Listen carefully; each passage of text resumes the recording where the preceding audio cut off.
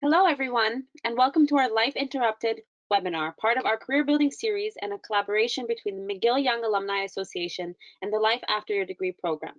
With us today is alumna Tiffany Uman, and she will be discussing best ways to navigate your first 90 days in a new job. Tiffany Uman is a senior marketing director at L'Oreal with over 12 years of corporate experience. She's achieved 7 promotions in under 10 years, was named an internal transformation change agent, and has been head of marketing of multiple multi-million-dollar consumer brands, and has grown, coached, and developed her numerous teams towards success. She holds a bachelor's degree in marketing from McGill University, where she graduated summa cum laude in 2008, as well as received an executive business certification from MIT Sloan School of Management in 2019. In addition to her corporate role, Tiffany is also a career strategy coach who is passionate about paying it forward to young professionals earlier in their careers to help them learn how to set themselves up for the most success and avoid blind spots that hold them back so they can fast track their progression and execute their career path goals. Before I turn things over to Tiffany, I'd like to mention that if you'd like to communicate with the organizers or have a question for Tiffany, please use the questions box in your attendee toolbar to the right of your screen, and your questions will be saved for our dedicated Q&A portion at the end of the presentation. Thank you, Tiffany, so much for being here with us tonight, and I will now pass it over to you to begin. Okay, amazing. Let me go ahead and share my screen. So you should all see this. Honestly, Antonia, thank you so much. That was a wonderful introduction. And hello, everyone. I am so excited to be with you tonight. And I'm so thankful for you to be taking your time here during this workshop. And I just want to extend another big thank you to the McGill Young Alumni Association and the Life After Your Degree program for partnering with me on this workshop tonight. So let's dive right in. This workshop is really meant to help you all navigate through your first 90 days on the job. And that's exactly what we're going to be covering tonight. And in terms of diving right in, I think Antonia already did a pretty good introduction. I was going to just go through some of those points as well. Obviously, I'm Tiffany. Just to reiterate a few pieces, I'm a senior director with 12 plus years, almost 13 now, in the Fortune 500 space at the #1 beauty company in the world. And having been there, it's definitely given me a lot of insights, a lot of learnings that I'm so excited to pay it forward to you. And this has really inspired me to get into my career strategy coaching and truly empower young professionals like yourselves, whether soon to be graduates or early on in your career, to learn really how to fast track your career success. And a lot of that comes with those first 90 days on the job, and we're going to get right into that. I've also been able to achieve 7 promotions in under 10 years, and this has fueled a lot of the best practices that I'm so happy to share, some of which I'm going to be sharing tonight in those first critical weeks and months on the job. I've also been head of marketing on multi-million-dollar brands that I'm sure many of you have used in your household at one point or another. And in terms of education, Antonia just recapped it so eloquently. I graduated from McGill University, the Desautels Faculty of Management, back in 2008 and achieved an executive business certification at MIT a few years ago. And honestly, it's so important for me to be able to give back. I loved my days in university, and there's just a lot of insights and learnings I've gained since that time, and I'm really excited to share all of this with you tonight. So who is this workshop for? Well, it's really perfect for you if you're a soon-to-be graduate or within the early years of your career. It's also perfect for you if you want to set yourself up for the most success and ensure that you're avoiding blind spots that can actually work against you as you transition from school to full-time work. And it's also perfect for you if you're eager to learn proven methods that will ensure you put in place intentional action steps that drive impact and facilitate your learning curve. And again, I've really been in your shoes. I've been in that experience, and this is coming very much from having been there, done that, to guide you in the best way possible. So as we go throughout the workshop, I know Antonia mentioned already, feel free to jot down any questions that you have so that we can address them at the end of the session that I'm walking you through. And I also encourage you to feel free to screenshot any parts of the workshop that really speak to you, and feel free to share it on your Instagram stories. Let your friends and followers know what you're up to right now and what they're missing out on if they're not here. Also, don't forget to tag me in that at tiffany.uman so that I can also repost and share in your excitement. And if you're not doing it already, I highly encourage you to follow my Instagram page at tiffany.uman, because I really share valuable content every single week on setting yourself up for success and all around career strategy designed for young professionals. All right, so today what we're going to learn are the following things together. Firstly, how you can really make a strong impression, know what to look out for, and also ensure that you have the clarity you need to truly position yourself as a top performer within your company. We're also going to dive into how to build effective dynamics with your boss, integrate seamlessly within the company culture, and establish the right team dynamics right out of the gate. And I'm also going to walk you through my common themes to help you achieve accelerated success and the power of creating strategic relationships. So let's dive right in. Now, my goal for all of you here tonight is to help you avoid feeling like this, or like this, or even like this, right?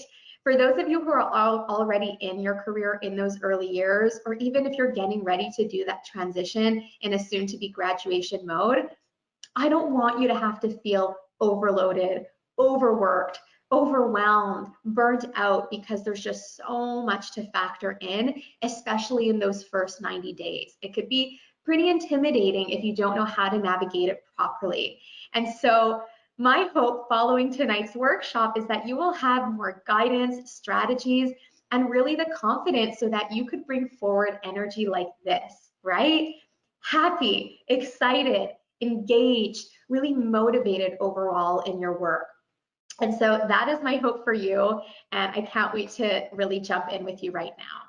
So essentially, the first 90 days in your job or new role are critical in ensuring that you set the right precedent and are best positioned to succeed. And there's several different factors that you're going to want to take into account here that I'm about to walk you through to ensure that this is the case for yourself. So the first piece is helping you to build effective boss dynamics. Now, you ultimately want to create an effective working relationship with your boss in a way that helps you to feel really well supported, while also making their job easier because they can count on you in every respect. And there's a few different elements that really tie into this to help you with just that. The first is two-way communication. This is about identifying together your ideal communication methods and the purpose of each to avoid any unnecessary conflict or frustration. Okay, so let's dive into this piece a little bit deeper. Let's talk emails, right? This is really common, especially in a corporate dynamic. And emails, when it comes to your boss, are really great for recaps or official documentation of agreed upon decisions and outcomes. They're certainly not the place to be having lengthy discussions, a lot of back and forth where your boss doesn't have to be involved, which is just going to end up frustrating them. So really use your email mechanism with them quite wisely. Let's talk live statuses. This is another great method of communication with your boss, and you could determine the cadence that best fits both of your style. But live statuses are really great for brainstorming or even project alignments to help make sure that you're moving forward in your mandate effectively. And the last is really phone calls or internal messenger platforms. Maybe it's an internal chat platform that your company has. And this is really great for any type of informal questions or quick support needed to help you avoid roadblocks. So let's get into the second facet. This is gaining clarity on expectations.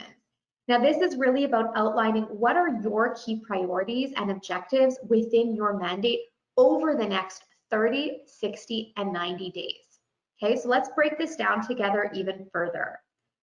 First, you want to ask yourself, what milestones should I be looking to hit by these different time frames? You absolutely want to have this conversation really early on with your boss. I would say even within that first week, right? This is going to help give you a lot of those indications as to where you need to orient your energy and set yourself up for success. You want to try to avoid any ambiguity that could otherwise factor in. The second piece is, what will separate me from meeting your expectations versus exceeding your expectations? And this is an excellent question, because just by getting your boss's answer on this, you're already understanding what they need to see from you to really overperform, to really stand out as a top performer, to really set yourself apart from the pack. So this is an amazing question to ask, again, very early on within that first 30 days. And also, on which areas do I have full autonomy, and on which do you, as in your boss, need to be actively involved? That's absolutely something you want to clarify sooner than later, which again will avoid any unnecessary conflict from them being frustrated with things that they should have been involved in that you didn't necessarily include them in soon enough. And the last one is, what are my individual performance objectives and how are these evaluated? Now, typically, if your boss is doing a good job, they should be telling you this really very much at the outset of your mandate. And this should be in the case of starting a brand new job right at the beginning of your career, switching roles if you're already in your company, or even pivoting to a different company or different industry altogether.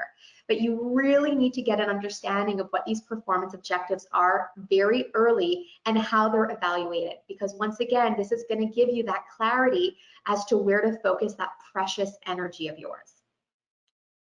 The third piece in building effective boss dynamics is asking for help and feedback. Now, asking for help is really essential to ensure that you don't get stuck or waste precious time that can be used towards bringing value. And I know what probably a lot of you are thinking right now in these early years of your career as you're looking to branch into the workforce full time. And you might be thinking that, well, you know, if I ask for help, or if I ask for help too early, isn't it going to seem like I don't know how to do my job, or that I'm not, I'm not competent enough, or whatever it might be. But in fact, it's actually the contrary, because what you can do is still be very resourceful in trying to find the answers first, but then ask for help to help push forward. That's really the dynamic. You want to show that you're still doing what you can to get to a certain point, but I can promise you that your boss is not going to want you to waste unnecessary time that could be used in a much smarter way. So if you feel like you're getting into these roadblocks, or if you're searching for something and you just can't find it, or you're racking your brain and this is clearly taking you too long to do, that's a really good moment to stop and ask for help. You can also leverage weekly status meetings with your boss as a great opportunity to reinforce two-way feedback.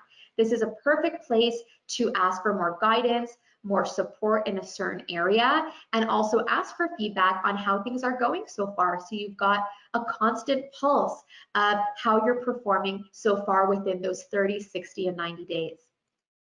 And the last piece here is, don't be afraid to ask for feedback, because you'd rather know on where you can improve than instead turning a blind eye and having this work against you in terms of your career progression.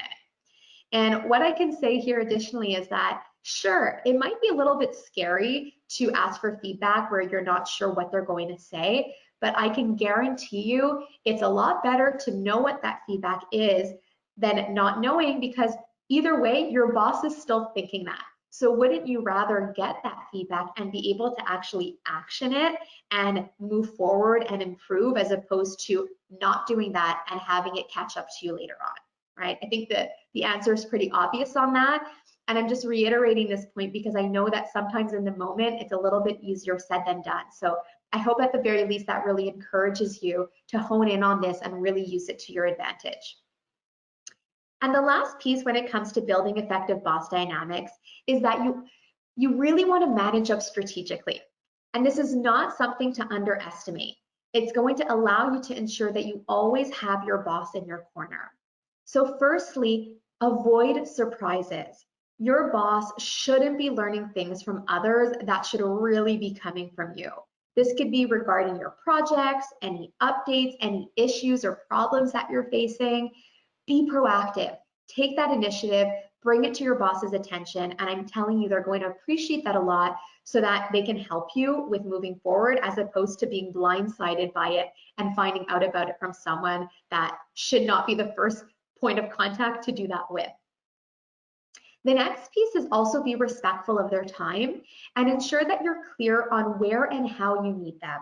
The more articulate you are with this, you're going to help them really understand how best to support you and what you need from them in terms of support. And obviously, when you're in those first 30, 60, 90 days, it's probably going to be more hands-on support. Or if, let's say, you're already in your company and you're in a new role, but you've already been in that company a little while, maybe that support doesn't need to be as hands-on, but there's probably still going to be this expectation to set as to where and how you require your boss's help. And then lastly, anticipate their needs proactively, because this is going to demonstrate your ownership of your mandate and also how you can really be a right arm support to them for upcoming priorities. I'm going to give you an example just to reiterate this last point. Let's say you have an important meeting coming up and it's maybe in 2 months from now. So if let's say you're in those first 30 days and you're getting wind of an important meeting at the end of that 90-day mark. Well, what you can do instead of just waiting for your boss to come to you with information about this meeting, you can actually proactively bring it up. And maybe it's even bringing it up in a weekly status meeting where you can say, you know, I've noticed that such and such meeting is on the calendar in about 2 months from now. And since it's my first time in this meeting, I just want to know if there's anything I should already start doing to help prepare. Do we have an idea of what kind of content we want to cover? Is there information we need to gather from different stakeholders in the company, etc.? And I'm telling you that doing that is really going to impress your boss, because especially in this early stage of that role, they're probably expecting to come to you with more of that information versus the other way around. But if you're doing this proactively and anticipating their needs, it's really going to go a long way.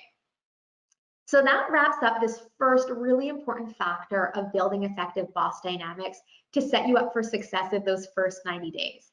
Let's shift gears now and get into establishing the right team dynamics. And your team will be an extension of you, so you absolutely want to set the right tone for yourself amongst these other stakeholders, both in your immediate team and support functions. So the first aspect here is understanding your role. This is about knowing where you fit into the bigger picture of that team structure and understanding well each other's responsibilities. Okay, so firstly, are you clear on your exact responsibilities versus other members of your team? Or is there kind of like this gray zone overlap where you're not entirely clear?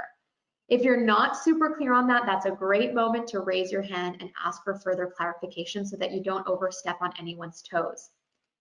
Also, where does your role end and another person's start?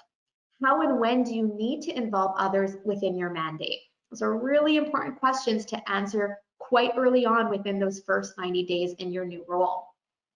And having clarity in how you contribute to the bigger mission of your department or division will really help ensure that you don't overstep anyone, but rather create impact that's really aligned with your role, right? So by having this core understanding of what your mandate, what your role is all about, it's actually going to help you to identify opportunities in this bigger picture. But if you're too in it, if you're too focused on the granular details, that could lead to some of those blind spots that you certainly want to avoid. The next piece is working with support functions when it comes to team dynamics. And support functions, although not part of your immediate team members, they're often integral in helping you to deliver your mandate effectively. So the first question you want to ask yourself is, which support functions will you work with most often? You really want to know who those are. So let me give you an example. Let's say you're in a marketing function. Well, then probably some of your key support functions that you'll have to work with is maybe a commercial team, maybe a supply chain team, maybe it's a finance team, maybe it's a social media team, maybe it's even external agencies. Whatever it is, you're likely going to have quite a few of these. So you definitely want to get a good feeler of who those support functions are very early on, and I would say ideally within those first 30 days in your role.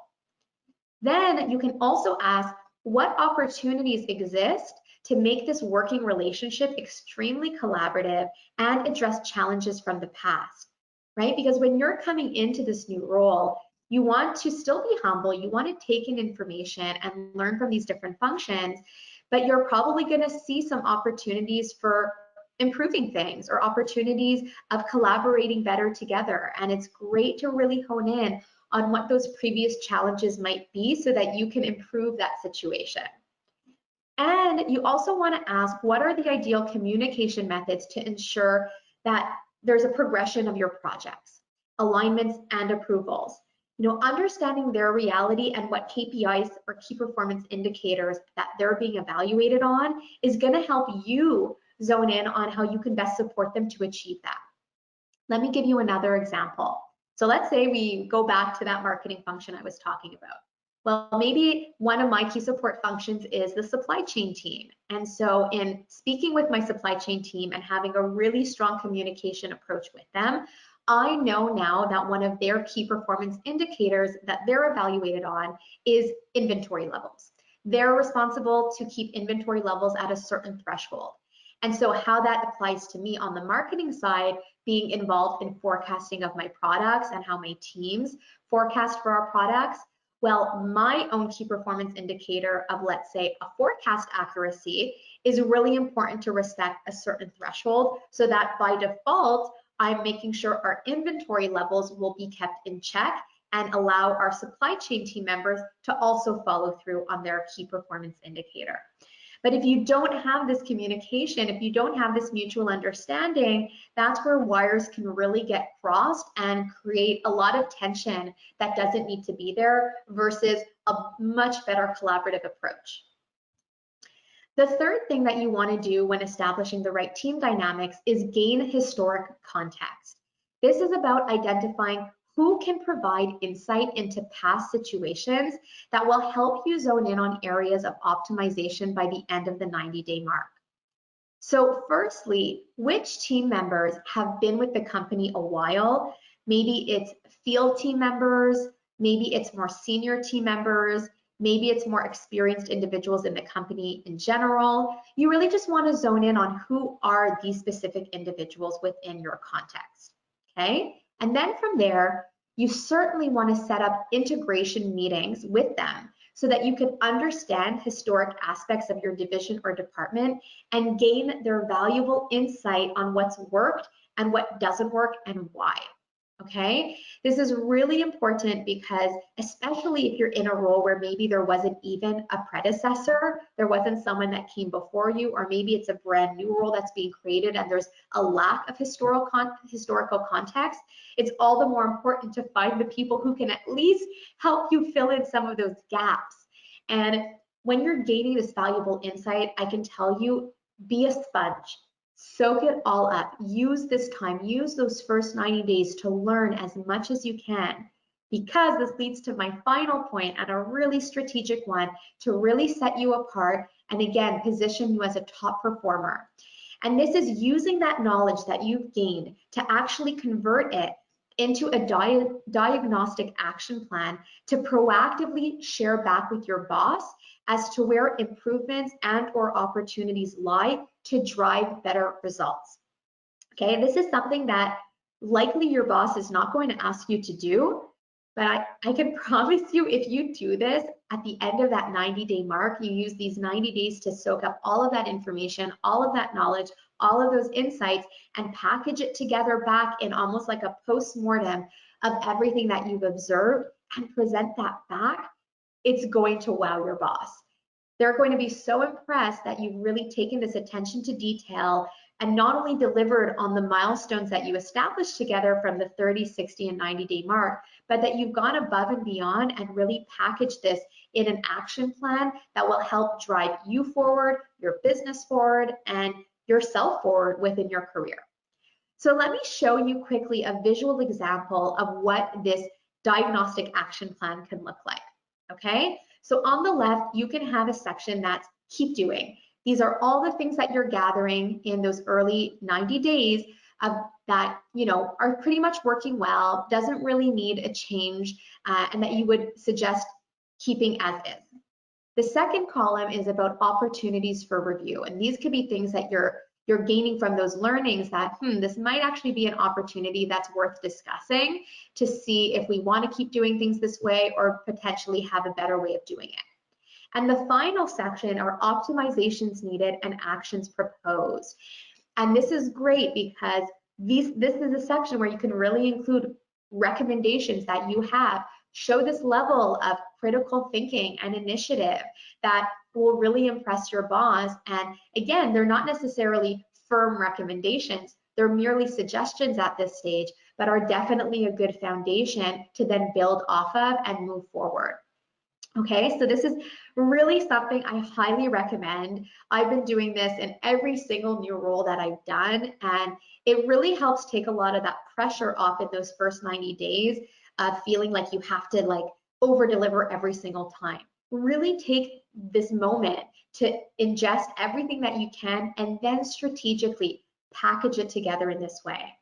What's also important in doing this version of the diagnostic action plan is that when you're in a new role, especially when you're first starting out, or even if you're transitioning to a new role a little bit later in your career, you never want to be that person that comes in and thinks that you know it all and wants to change everything. No one likes that person. But this way of going about it is actually really constructive. It's not overstepping anyone. It's actually gathering all the insights from the time that you've taken with these different stakeholders, and you're simply putting it into a game plan that can then be reviewed and actioned as a result. Okay? So that was the second facet to really set you up for success in these early first 90 days on the job. Let's get into the third, which is integrating within company culture. And by aligning yourself with the corporate culture and truly understanding what their key priorities are, this is going to show that you're in line with what they place emphasis on in their employees. So the first key piece here are the company's core values. You want to be crystal clear on what these are and how they can tie back to your mandate or be showcased in what you're working on. And this part is so important. I'm actually going to dive into this a little bit deeper on the following slide to show you more concretely what I mean and what this could mean back to you. The second piece is core competencies. These are often tied with performance evaluation criteria, so you definitely want to get a good handle on these sooner than later. I'll give you an example. Maybe a core competency of your company is managing complexity. And so if you know that, that's a really good frame of mind to keep with you, especially in these first 90 days where you might be juggling a lot, and knowing that, okay, managing complexity is something that I need to keep top of mind so that I can demonstrate that I'm able to take on these different hats. I'm able to take on these different types of projects and still deliver. The third piece is meetings, flow, and structure. I can't emphasize this one enough, okay? What you really want to do, especially if it's your first job within the corporate world, transitioning from school to full-time work, you really want to ask right out of the gate within those first 30 days, what kinds of meetings are we having? What are they? When do they take place? What's your implication in them? Which departments are involved? Right? You really want to get a good understanding of what this means for you and where you're involved, because this is a really easy way to get totally lost and feel really overwhelmed if it's not done soon enough. And because companies often tend to spend a lot of time and emphasis on meetings, you definitely want to make sure that you feel well equipped to handle those. And I can tell you, even in my own experience, I remember very well back to my first year at L'Oreal where I didn't do enough of these questions, and I really felt lost many a time because I was being pulled into so many different meetings. I didn't know what the objectives were. I didn't know what my intention was or what I was supposed to be. And I felt like I was just catching my tail time and time again, as opposed to asking these types of questions and getting more in control of the situation. And the last piece here is internal acronyms and verbiage. Here you really want to understand this quickly to help prevent you from feeling lost and instead get actively engaged in the conversation. okay? And there's going to be a lot of this internal lingo within any particular company, and you don't want to feel like you're on the sidelines. And it's okay to ask those questions. It's okay to stop someone and say, oh, would you mind just clarifying what that stands for, as opposed to not saying anything and then being totally lost in that dynamic. The moment that you know what they're talking about, then that opens the door to add more value, talk about something in that conversation. But if you don't take the time to really understand that internal verbiage that's used, it's really going to work against you. And you don't want that, especially in the first 90 days of your job. This last part's also particularly important if ever your company doesn't have like a ready-made guide that you can refer to that has what those acronyms stand for. All right, so let's just dive a little bit deeper on the core values piece that your company reinforces, because this is going to demonstrate and help you demonstrate these actively in your role to position yourself as a top performer and that you're in line with those focuses. So let's take a first example. Let's say one of your company values is innovation. Well, then what this means for you could be things like challenging the status quo, bringing new ideas forward, optimizing processes in your role, being creative, pushing boundaries, etc. Right? Let's take another example. Maybe another value is entrepreneurial. Well, this could mean for you, it's all about taking initiative, testing and learning, having ownership of your mandate, treating your area of the business as if it's your own money. And a final example, let's say quality. This could mean executing with excellence, having a good attention to detail, being thorough in your approach, and also avoiding spreading yourself too thin, right? A little bit more the quality over quantity equation. So when you have a really good handle of what these values are, which by the way might be part of your performance evaluation criteria, but if they're not, they're nevertheless still very important to hone in on and demonstrate within your day-to-day. Okay, and if ever you're lacking clarity on what those are, you can always discuss that with your boss sooner than later within those first 90 days. All right, let's shift now to the fourth factor here, and this is actually a little bit of a bonus for you all because these aren't necessarily things that you're going to only adopt in those first 90 days. I'm already future pacing for you so that I can make sure that you're really set up for accelerated success as you move forward. And so with that, I really want to share my 5 common themes to help you achieve accelerated success.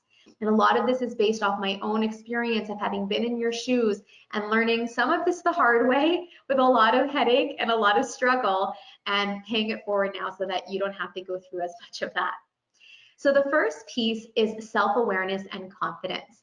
This is really about overcoming self-doubt and being hyper aware of where your areas of opportunity and development lie.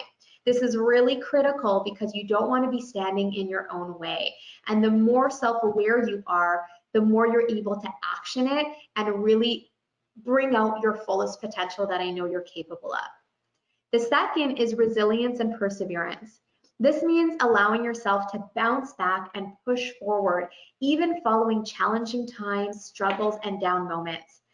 I would say I think the COVID-19 context is a pretty relevant one with this specific piece, right? It's thrown every company through a major loop. It's thrown employees through a major loop, and it's required us to demonstrate a next level of resilience and perseverance. And what that shows is if you can do that, you can take on anything. You can take on struggle, you can take on challenge and keep pushing forward without it stopping you. And that's an amazing trait, not just for yourself to demonstrate, but for your company to see in you as well. The third theme is communication. This is about being confident to speak up, give and ask for feedback, and just show up for yourself, right? Especially towards senior members of the company. The fourth is not being afraid to fail. I want you to get comfortable with being uncomfortable while being okay with taking risks and making mistakes. You know, everyone's going to make mistakes. I guarantee you, even the CEOs and the C-level executives in companies are making mistakes often. The trick is to just ensure that you don't make the same mistake twice, right? If you can do that, you're golden. You just want to be able to feel more comfortable with getting out of that comfort zone, because that's really going to push you to new levels of professional growth that you didn't even know were capable for yourself. And the fifth and final piece is relationship building. And this is all about forging intentional strategic relationships that will really support you through your career progression. That's so key, and so much so that I want to dive into this piece a little bit further next. So let's talk about strategic relationship building. In my own experience, I've really found that there's two core elements that directly contribute to forming, nurturing, and really fueling strategic relationships in your work and career. The first 90 days in your role are actually key moments in already starting to put this into place. So let's go through what these two core elements are. The first is fostering and promoting a feedback culture. What this concretely means is, firstly, demonstrating your openness to learn, grow, and be challenged, right? You might recall from the previous slide when I talked about being open to asking for feedback and not being scared of what you might hear. Just doing that really shows that you're open to growing. You want to continue to evolve and elevate yourself at every possible stage, especially in those first 90 days where it's all about that learning curve, right? It typically takes 3 months to get through a learning curve, whether brand new in your career or brand new in a new role or job. The second is that it's about replacing your intimidation of being surrounded by more experienced people with your curiosity to learn as much from them through feedback. It's really an important mindset shift that I highly encourage that you embrace, because it totally changes the dynamic when you're able to really bring forward this level of curiosity towards your advantage. And then lastly, it's about showcasing your ability to challenge the status quo in a way that actually supports both your direct and indirect team members. This amazing feedback culture is exactly what's going to help contribute to that, so that you're being the best version of yourself you can be, but then you're also helping your team members to do that as well and collaborate really effectively together. And when you do that, by default, you're strengthening these relationships because you're showing that you're someone that they can count on, that they can rely on, and that you don't just have your own interest at heart. The second core element in strategic relationship building is the power of empathy in promoting mutual understanding. This is a huge theme for me, something that I've been leveraging for quite some time now, and it's also a huge theme within my coaching because it's a really powerful skill set. The first thing is that allowing you to truly appreciate others' reality is in turn going to promote a mutually beneficial two-way dynamic and communication channel, right? It's not about assuming things about others or having others assume things about you. You want to be able to truly understand with the other person so that this communication channel is as effective as it can be in fueling that relationship. The second piece is also about finding common ground in moving your projects forward, right? It's a little bit goes back to the example I shared before of the marketing versus the supply chain, and understanding each other's realities and what the different key performance indicators each one was being evaluated on, so that together you can actually contribute to the greater good of that business objective or mission or vision, whatever it might be. And the last piece is being kind and actively listening to understand instead of to respond. Okay, I'm just going to repeat that last one again because it's that important. It's really about being kind and actively listening to understand instead of to respond.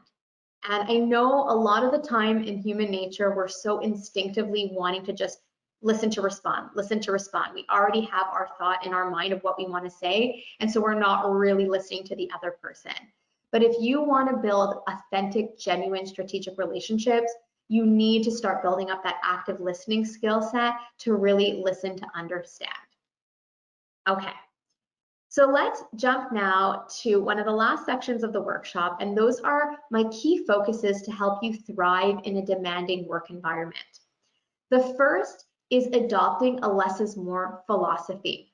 Okay, now this is definitely easier said than done, especially when you're exposed to a lot of execution-oriented work, which tends to be the case when it's your first job out of university or one of your early jobs in your career, right? That said, putting your energy on what will make the difference is going to ensure that your first 90 days are as impactful as possible. And again, this goes back to the few slides before about building out that 30, 60, 90-day roadmap with your boss and really understanding what those milestones are so that you're not spreading yourself so thin, that you know how to really optimize your use of time and your use of energy. The second piece is understanding what motivates you. Now, staying focused on what drives you in your day-to-day and your overall work is going to help you to level up within a competitive or demanding work context. It's also going to ensure that your work is contributing to what you value most and making that the case even in difficult times really feel surmountable, right? You really want to be so in tune with what are your motivators, what really drives you, and also making sure your boss is aware of that so that they can orient your mandate towards you properly, right? If let's say something that really motivates you is being challenged and you find that your work is like really redundant or it's really tactical and you're not really learning that much, that's a really good opportunity to share this with your boss so that you could potentially take on more responsibility within those first 90 days and really feed into those key motivators that are driving you. And the third and final focus here is work-life balance, okay? And I'm sure some of you are thinking, probably the ones that are already in the early stages of your career, that this is sometimes really unrealistic, that you feel overworked, you feel overwhelmed, you feel a little bit bombarded, you're not exactly sure how to set proper boundaries and push back. And it's really easy to make this a non-priority early in your career, especially in the first months of a new role or job. You know, when you're really feeling that need to prove myself mentality. And honestly, I'm speaking from experience because I was there. And if I look back on where I was in those first critical years, I really didn't have a very good work-life balance. And there's a lot of things I would have done differently knowing what I know now of how to approach that situation. And that's exactly what I love focusing on with these insights I'm sharing tonight and also through my coaching. And so that said, if you actually set the right precedent, or if you don't set the right precedent up front, it's going to become really difficult for you to backpedal afterwards, right? If you're not setting the precedent in those first 90 days about how you want that work dynamic to be, of how you want work hours to look and outside of work hours to look, or what's important for you to be able to do in your personal life, you're going to miss that opportunity to really create that precedent that's going to help you once you get past those first 90 days. So really try to have those conversations with your boss, with your team sooner than later, so that you can establish a really good and healthy dynamic that's going to set you up for sustainable success. So there's one last thing I want to leave you all with, and that is some key advice. And you could consider this some key advice that I would give to my younger self. And I know they always say that hindsight is 20/20, but the beauty of this workshop and all of you here with me today is that you are in those early stages of your career, right? You are about to embark, whether soon to be graduate or early on as a young alumni. And so these insights, although maybe too late for me, are really going to help you to put into place sooner than later, okay? And so the first one is don't compare yourself to others. You really create a very detrimental dynamic for yourself when you do this, because you're focusing on the 10% of what you see versus the 90% of what you don't. And it's simply a non-productive thinking and ultimately a big distraction to creating your own lane for success. I like using social media just to draw this parallel really quickly, right? When we're on social media, for the most part, I think we can all agree, it's pretty much people's highlight reels of their lives. People aren't often going on social media to talk about their struggles, to talk about their challenges. Some do, but it's certainly not the majority. And so if you take the same philosophy and apply it to your career, and you're comparing yourself to others, well, you're only seeing that sliver of the pie that you want to see. You're not seeing maybe the heartache that they had to go through, or the different challenges that they've overcome, or maybe some of their previous experiences or conversations that they've had. And that's a really dangerous place to let your mind simmer for too long, because like I said, it just takes the key focus and attention away from you, which is absolutely something you want to avoid. The second advice I have is that failure is a good thing. Framing failure as a way to learn and grow instead of an end-all situation is completely going to shift your ability to take risks. And a lot of good stuff comes from failing. And being able to own up to that and show this level of professional maturity is going to show that you can, be on in good situations, but you could also be on in difficult situations or challenging ones and learn from it to move forward. Another key advice is trust your gut, and they call it your gut for a reason. If it feels right, follow it. If it feels off, question it. And if it feels wrong, don't do it. Okay? The fourth advice I have for you is that you always want to be learning. No matter what stage you get to in your career, you can always learn new things and from those around you. You never really want to get to a point where you feel like you know it all. I'm still constantly learning, and I love surrounding myself with people who know more than me because it keeps me stimulated. It keeps me on my toes. It keeps me really fresh that, I always have room for improvement, and we all do. And it's just about ensuring that we're leaning into that to continually level up. And the final piece here is that you don't need to have it all figured out. And I think this is particularly relevant for probably soon to be graduates on the workshop with us tonight. And even if you're early on in your career, right? It's okay to have questions about your career path and what comes next. This really is more about testing and learning and being open to opportunity. It's okay to not have all the answers. It's okay to think that you have an idea of what you want and try it and then realize, you know what, maybe this isn't for me. Maybe I do want to shift gears. Or maybe in my company, there's other opportunities that I can shift to instead of staying within this particular function. Never feel like you're trapped in something, right? It's all about helping you to take control. And so just to drive this point home, I want to share a few key examples of pretty notable figures that had very different starts to their career versus where they're at now. Let's take Jeff Bezos, for example. He started working in computer science on Wall Street, worked for multiple companies to then build the e-com giant Amazon. A pretty different context from where he started to where he ended up today. Or Vera Wang, she started out as a figure skater. She followed that by becoming a journalist for Vogue and then ultimately becoming the wedding dress designer that we mostly know her for today. And even Jonah Peretti, who did environmental studies in school, he went on to teach computer science to school children to then later create BuzzFeed, which I'm sure we're all very well aware of. And so what's the moral of my story here? The truth is that there's no one exact way your career path is meant to go. And what's most important is making sure that you have fun, that you enjoy the ride, and that you're okay with figuring things out along the way. And of course, if you need any support or guidance from someone who's been in your shoes, who knows what you're going through, I'm always here to support you with that. So I just want to thank you all so much again for taking the time with me here tonight. And I would love to stay connected with you. I put all of my contact points here, which we'll be sharing with you afterwards as well. You can check out my website. Definitely follow me on Instagram if you haven't already at tiffany.uman. I'd love to see you over there. I'm dropping valuable content each week on setting you up for success. I also have my private Facebook community called Career Strategy for Fast Track Success, filled with young professionals, all about supporting each other and ensuring that you know how to navigate your way even beyond those first 90 days. You could also connect with me on LinkedIn as well as on TikTok. So with that said, I think we're now going to open up the floor to Q&A, and I think I'll be welcoming Antonia back as well to join me for that. Thank you so much.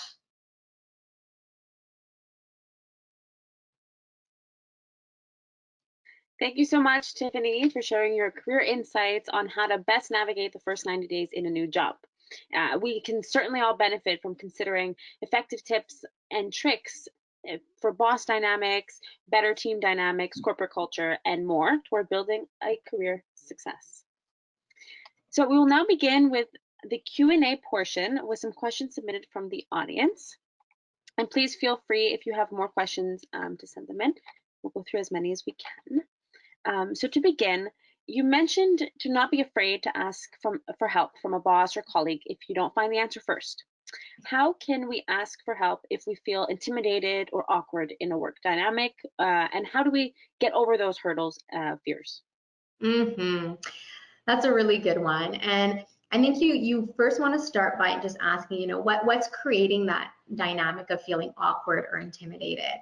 I imagine maybe this question is coming from asking help from someone that's more senior, which tends to create a little bit of that intimidation factor. And trust me, I understand. I've been there.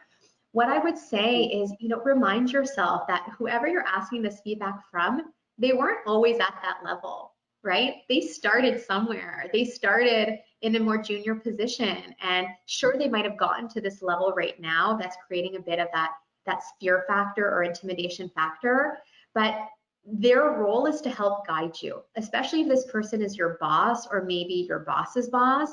They want you to succeed, right? The company hired you because they value you and they see the input that you can bring. And so you don't want to hold yourself back from your own fear or intimidation factor when these people are actually really willing to help.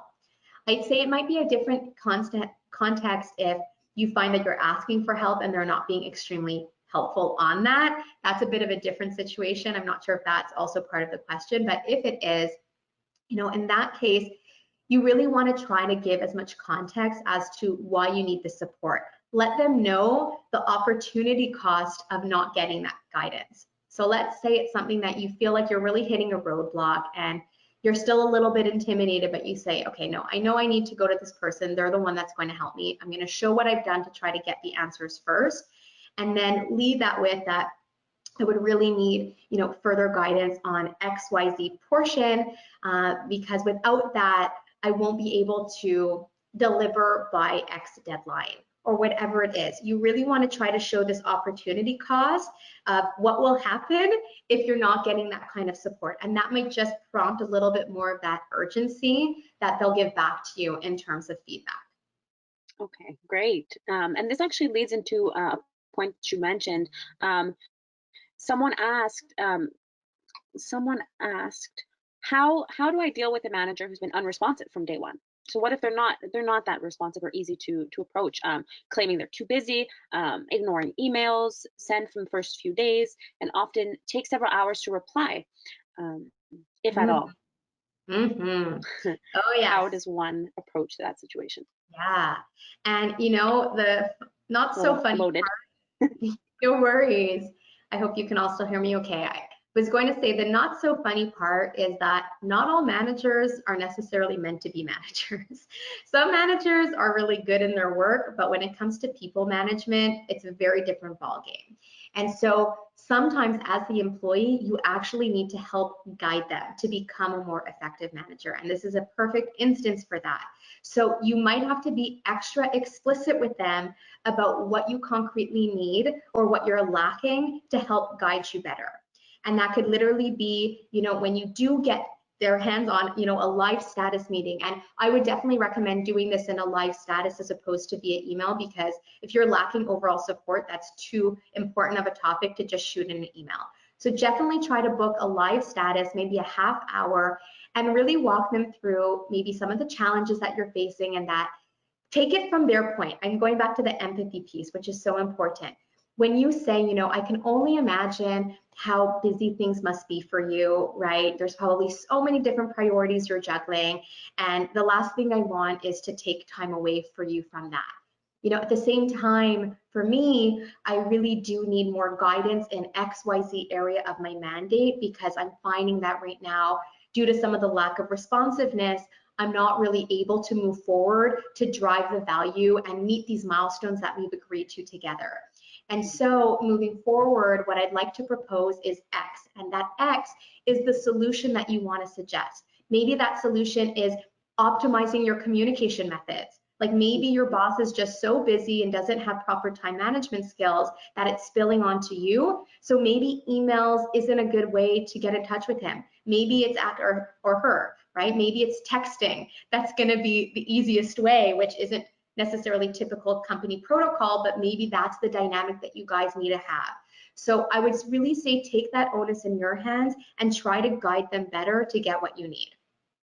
Absolutely. Thank you. Yeah, you're Um, welcome. You might have touched on this a little bit, but we have a question asking, how do you present the diagnostic? You had mentioned the diagnostic action plan without Mhm. coming off as pretentious or obnoxious. Yeah, love that. Great So question. what you can say, right, is once you have it ready, you could let your boss know that you'd love to book them for, maybe a 30-minute meeting, that, you want to just take this moment to regroup on, even a little bit of feedback from those first 90 days, maybe feedback from them to you, just to see if everything is on track as you hoped it would be, right? It's always good to make sure you're managing expectations.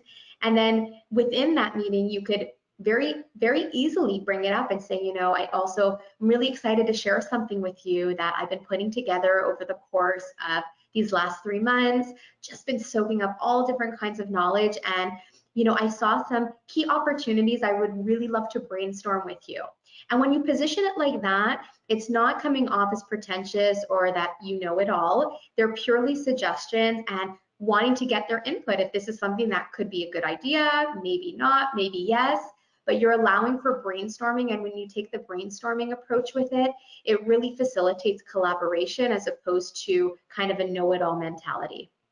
Mhm. Great. Thank you. Let's shift gears a little bit. This is more this question is tailored a little bit more to your career transition, and it's twofold. I'll ask two questions together. At which point along your career path did you feel that you were on the right track? What helped you get into the right role? And Mhm. and as well, secondly, how do you identify these quick wins earlier on in your role? How can you tell? Yeah.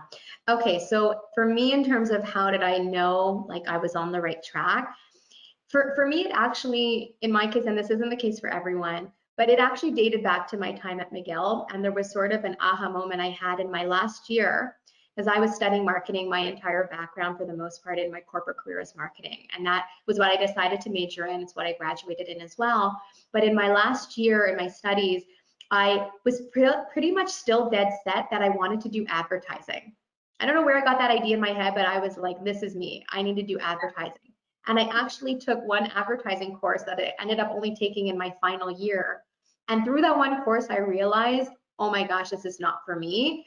I'm creative, but not that kind of creative. It was more on the marketing side. So that one moment really crystallized the marketing passion that I had.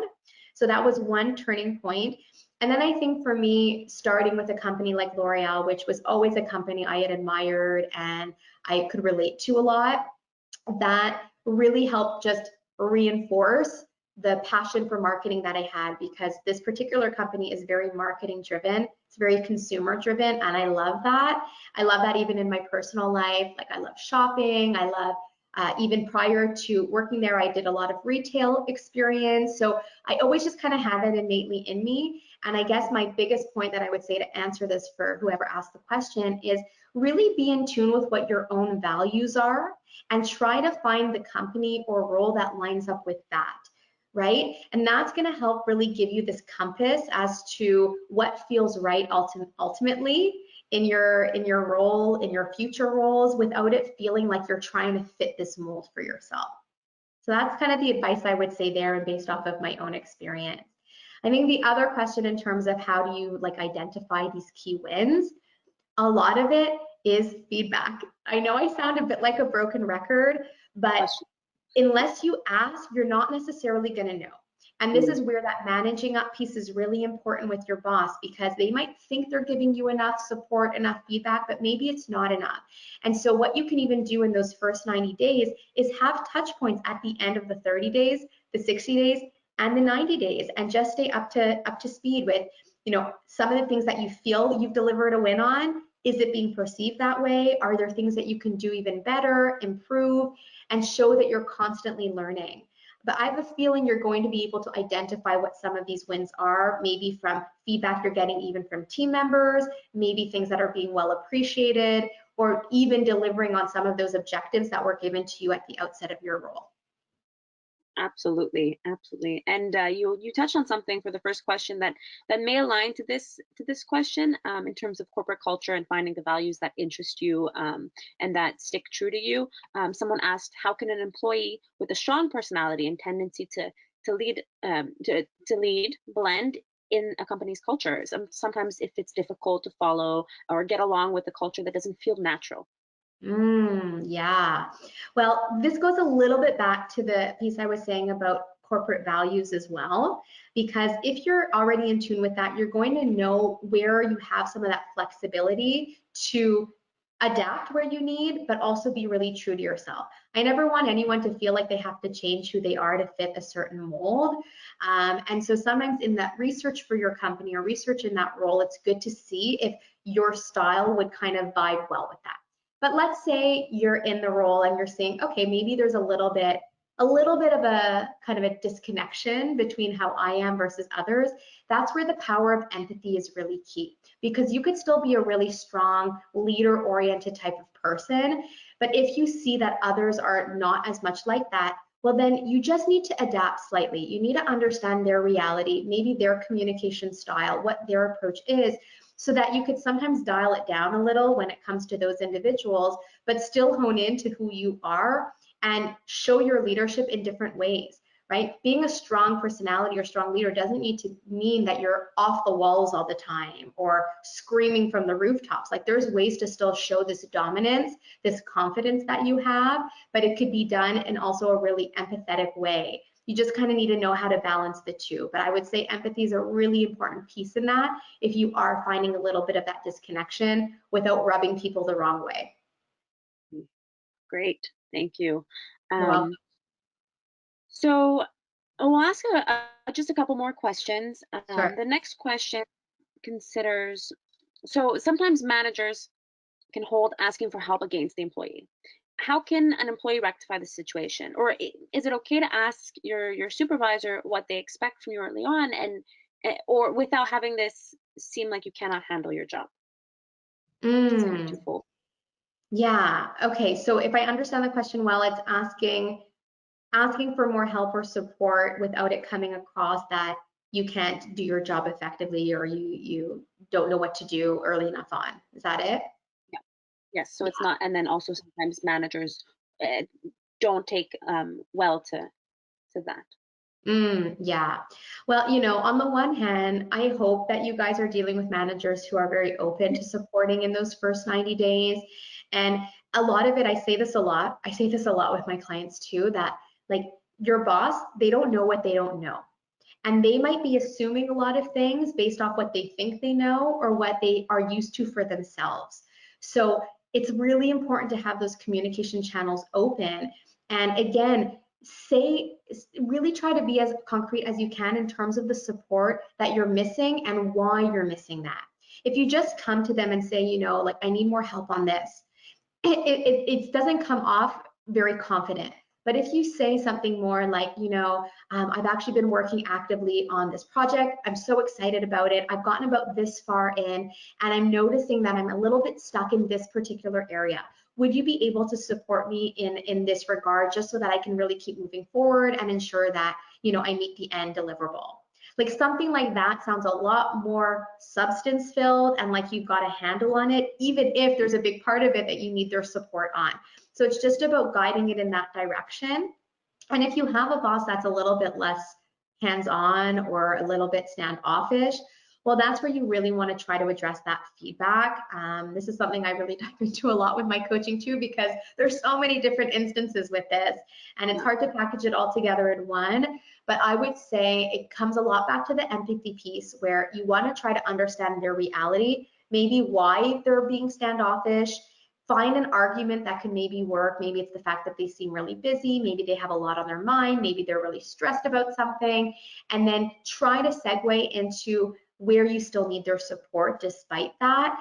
And maybe it's, again, a matter of communication, optimizing that so that you don't need to follow up with them as frequently, because at the outset, you're going to do it right then and not have to have all of these follow-ups that might not be their particular cup of tea. Great advice. Thank you. So it's really about the way you frame it, Yeah. and the way you approach them. That's wonderful. So we'll do two more questions. The next question is, how do you navigate the first 90 days in a growing company that has an entrepreneurial culture with little standardized procedures to face Mm-hmm. from past experience or other experiences?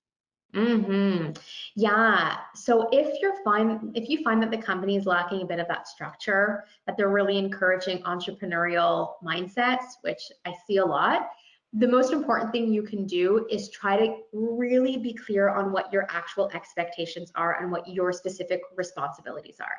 Because it's often in cultures like that where there tends to be a blurring of responsibilities because things aren't as clearly defined, and then you're like, oh gosh, like, is this my role? Is Yeah. this my role? I'm not really sure. And at the end of the day, you don't have to worry so much about everyone else. What I hope you guys are gathering from this workshop is I want you to be able to focus on you and what you need to do to be set up for success. And in those types of cultures, you absolutely want to try to get as much concrete information as possible about what your specific roles are and probably where your role ends and other people starts. That's going to give you at least a frame to work within to then be still very entrepreneurial within that scope.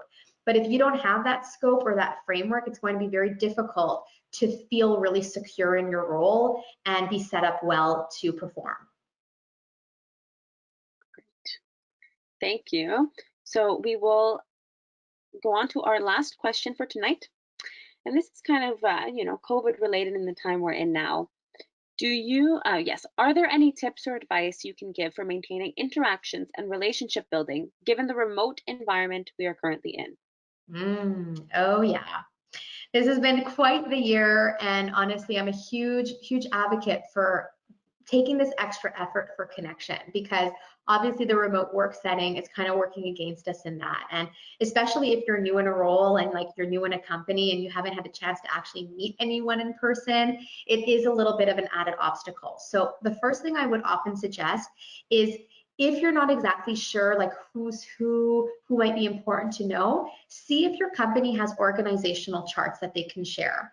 Often companies do, and it's pretty much an overview of who's in what role, and it has often their picture, their name, and then you could actually reach out to those individuals directly. You can do that through like an internal chat platform that's just nice and informal, as opposed to getting lost in an email. Maybe it's someone you want to just speak to, reach out to, get some historic context, like I mentioned, right? So you could just shoot them a quick note like that and say, hey, so and so, I noticed that you're in this role. I'm actually, just a month into my role, and I think it would be so beneficial for us to set up like a quick integration together. I really admire what you've done so far in the company, and I would love to learn more about your experience. And like something like that, super informal. Everyone has like a 15 minutes that they can spare. And that's a really good approach to start fueling those relationships with people that you want to speak with. If ever organizational charts aren't available, well, then that's a good question to ask your boss about if there's certain key support functions or internal stakeholders that you should be getting to know sooner than later within those first 90 days, and Mhm. then setting up integration meetings with them. Sometimes Okay. your boss will actually do that on your behalf, like it through an integration plan or an onboarding plan. But if that's not the case, definitely proactively ask about that so that you can know who to reach out to through these informal chats, and then potentially like an informal kind of video call like this for about a 15-20 minutes. That's great. Thank you Yeah, so much for that wonderful advice. you're welcome. I Is there any final words of advice before we close Oh off? my gosh. I know I shared some of my 5 key advice I would give to my younger self, but honestly, it goes a bit to my last slide. Like, Yeah. don't put so much pressure on yourself to have all the answers. I can't tell you the amount of people I know who studied one thing and ended up in a totally different path. But Yep. every experience is a learning. And if you see it like that, as opposed to failing at something, like if let's say you do something and you're like, oh my gosh, this isn't for me, I failed at this, don't see it that way. See it as a learning, see it as an experience that you can take and then apply to your future roles. right? Mhm. Everything is meant to happen for a reason. You're in the driver's seat of your career, and I'm all about helping you to take control in that, which is, again, a big inspiration into my career strategy coaching, because I always want you to feel like you're in control as opposed to just feeling like a passenger seat in your own career path. So I guess I would leave you all with that piece of advice. Fantastic. Thank you so much. So that brings us to the end of our virtual event tonight. Thank you everyone so much for tuning in to today's Life Interrupted webinar, and to Tiffany for spending this time with us and sharing your industry expertise. We will be sending out a copy of the recording and the PowerPoint slides, as well as other resources to get involved and look at future events in the follow-up email. So be sure to look out for it, and we hope to see you at one of our next Life Interrupted webinars. Thank you, everyone. Thank you, Tiffany. And thank you, Antonia. It's been great. Thank you, everyone, for tuning in. Have a great evening, everyone. Bye. Bye.